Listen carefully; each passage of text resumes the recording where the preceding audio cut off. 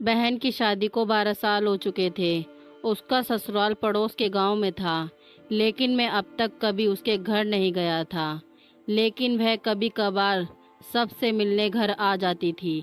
एक दिन मेरी पत्नी ने मुझसे कहा कि तुम्हारी बहन जब भी आती है तो उसके बच्चे पूरे घर पर कब्जा कर लेते हैं और बहुत परेशान करते हैं।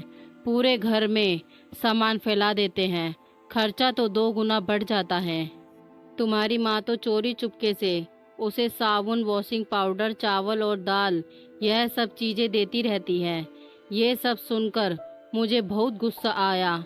मैं मुश्किल से घर का खर्चा चला पाता हूँ और मेरी माँ मेरी बहन को सब कुछ दे देती है। एक बार बहन घर आई थी, तभी उसके बेटे ने टीवी का रिमोट ही तोड़ दिया। मुझे गुस्सा आ गया और मैंने अपनी माँ से कहा कि दीदी को ऐसे बार बार घर नहीं आना चाहिए, बस रक्षाबंधन पर ही आया करें। और जो तुम झोला भर के सामान देती हो वह भी बंद कर दो।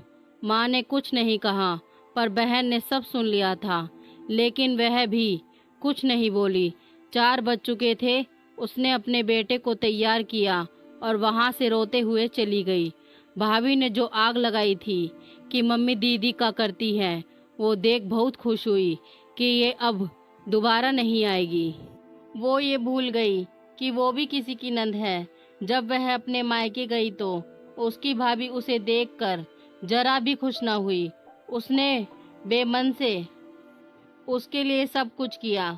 जब ज्यादा दिन हो गए तो उसने अपनी नंद से कहा, दीदी इनका तो काम है नहीं और आप यहाँ बार बार आ जाती हो।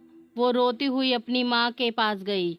माँ बोली, बेटा मैं क्या करूँ, मेरा तो अब यही सहारा है, तू तो अपने घर बार की है। बेटी ये सब सुनकर दुखी हो गई और अपनी भाभी को बोली, भाभी मुझे बस स्टॉप तक छोड़ दो। भाभी ने कहा, मैं छोड़ तो आती, पर मेरे पैरों में दर्द है। वो वहां से रोते हुए निकल गई। वो सोचने लगी, मैं तो अपनी ससुराल में बोल कर आई थी कि कुछ दिन रुक के आऊंगी। अब मैं अपने घर वालों को क्या बताऊंगी। और उसे अपनी पुरानी बातें याद आने लगी जो उसने अपनी नंद के साथ किया था। फिर वो अपने घर पहुंची तो उसकी सास बोली, कुछ और दिन रुक जाती। उसने मुस्कुराते हुए कहा, अरे नहीं मम्मी जी, बच्चों की छुट्टियां खत्म हो रही है, इसलिए आ गई। कुछ दिनों बाद उसके पति का भी काम छूट गया। घर में खाने के लाले पड़ गए। अब उन दोनों भाइयों में जमीन का बंटवारा होने लगा। तभी दीदी भी आ गई थी। बड़े भाई ने अपनी बहन से सीधे कह दिया कि मैं अपने हिस्से से कुछ नहीं दूंगा। माँ ने कहा कि बेटी का भी अधिकार होता है, लेकिन मैंने उसे चिल्लाकर कहा कि मैं उसे कुछ नहीं दूंगा। दीदी सामने बैठी थी पर कुछ नहीं बोल रही थी। अलग होने के कुछ दिनों बाद मेरे बड़े बेटे को टीबी की बीमारी हो गई। मेरे पास उसके इलाज के लिए बिल्कुल पैसे नहीं थे। मैं बहुत तनाव में था। ऐसे ही एक दिन मेरी बहन मम्मी से मिलने घर आई तो उसने देखा कि मेरे हालात बहुत खराब हैं और मेरे पास आकर बैठ गई। उसने अपना हाथ मेरे सिर पर फेरा और कहा कि तुम तनाव में हो क्या? मैं तुम्हारी बड़ी बहन हूँ। मैंने तुम्हें बचपन से पाला है। मैं तुम्हें जानती हूँ और तुम मुझसे ज़्यादा बड़े बनने की कोशिश मत करो। उसने अपने हाथों से सोने की चूड़ियाँ निकाली और मेरे हाथों में दे दी।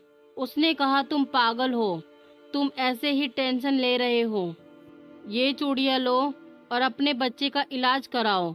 वह धीरे से बोली, चूड़ी के बारे में किसी को मत बताना, तुम्हें मेरी कसम है। उसने फिर से अपना हाथ मेरे सिर पर फेर दिया। उसने मुझे 1000 रुपए दिए। उसमें 50 और 100 के नोट थे। शायद उसने बचत करके जमा किए होंगे। यह पैसे जेब में रखते हुए बोली कि बच्चों को जो चाहिए लेकर दे देना और इस तरह टेंशन लेकर मत बैठो। चलो मुझे अभी जाना है। बच्चे स्कूल गए थे, इसलिए सोचा जल्दी जाकर घर मिलकर आऊं, इसलिए आ गई। तभी मेरा ध्यान दीदी के पैरों पर गया। उसने टूटी हुई चप्पल पहन रखी थी और पुराना दुपट्टा पहना हुआ था।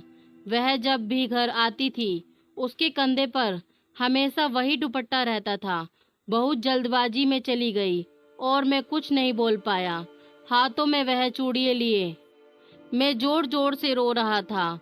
हम भाई कितने स्वार्थी होते हैं ना, पल भर के लिए बहन को पराया कर देते हैं और बहनें अपने भाई का जरा सा भी दर्द बर्दाश्त नहीं कर पाती। वो अपने घर में कई समस्याओं का सामना करती है। वो कैसे रहती है किसी को कुछ नहीं पता। जो भाभी अपनी नंद के लिए ऐसा सोचती है, ये आ गई और मुझे परेशान करेगी, तो उसे भी सोचना चाहिए कि वह भी किसी की नंद है या बेटी है। भाई बहन में आग लगाने से कुछ नहीं होता, अपने वक्त का भी इंतजार करना चाहिए। कहते हैं ना, वक्त की मार में कभी आवाज नहीं होती। आज वही बहन उस भाई के काम आई जो कल तक उस भाभी ने उस बहन के लिए भाई को भड़काया था। कोई किसी का लेने के लिए नहीं बैठा। मान सम्मान से भी इंसान खुश हो जाता है। कहते हैं हम जैसा करते हैं हम वैसा ही पाते हैं। हम यह क्यों भूल जाते हैं कि हम भी उसी जगह पर हैं। आज तुम जैसा किसी के साथ करोगे, भगवान तुम्हें लौटाकर वही देगा। कहते हैं आज के टाइम में किसी की बहन या किसी की माँ छुड़ाने से कुछ नहीं मिलता, क्योंकि आगे तुम्हारा भी रिश्ता वही है। बहन भाई का रिश्ता ऐसा अटूट है कि चाहकर भी नहीं टूटता। भाभी हमेशा यह भूल जाती है कि उनसे पहले उस बेटी का घर था, उसने तो अपनी सौगात उसको दी है। जो भाभी ठाठ से वहां रहती है, तो किसी के साथ ऐसा व्यवहार मत कीजिए कि खुद को पछताना पड़े। बहन इतनी ही गरीब होती तो अपने भाई को सोने के चूड़ियां क्यों देती? जब वह चूड़ी दे सकती है तो क्या अपने घर का राशन नहीं खरीद सकती? हमें थोड़ा समय देकर और अपनी बहन से हाल चाल पूछना चाहिए। बस एक पल के लिए मुस्कुराएंगे, उतना ही काफी है। उन्हें हमेशा और कुछ नहीं चाहिए होता, प्यार से बोलने और साथ के अलावा।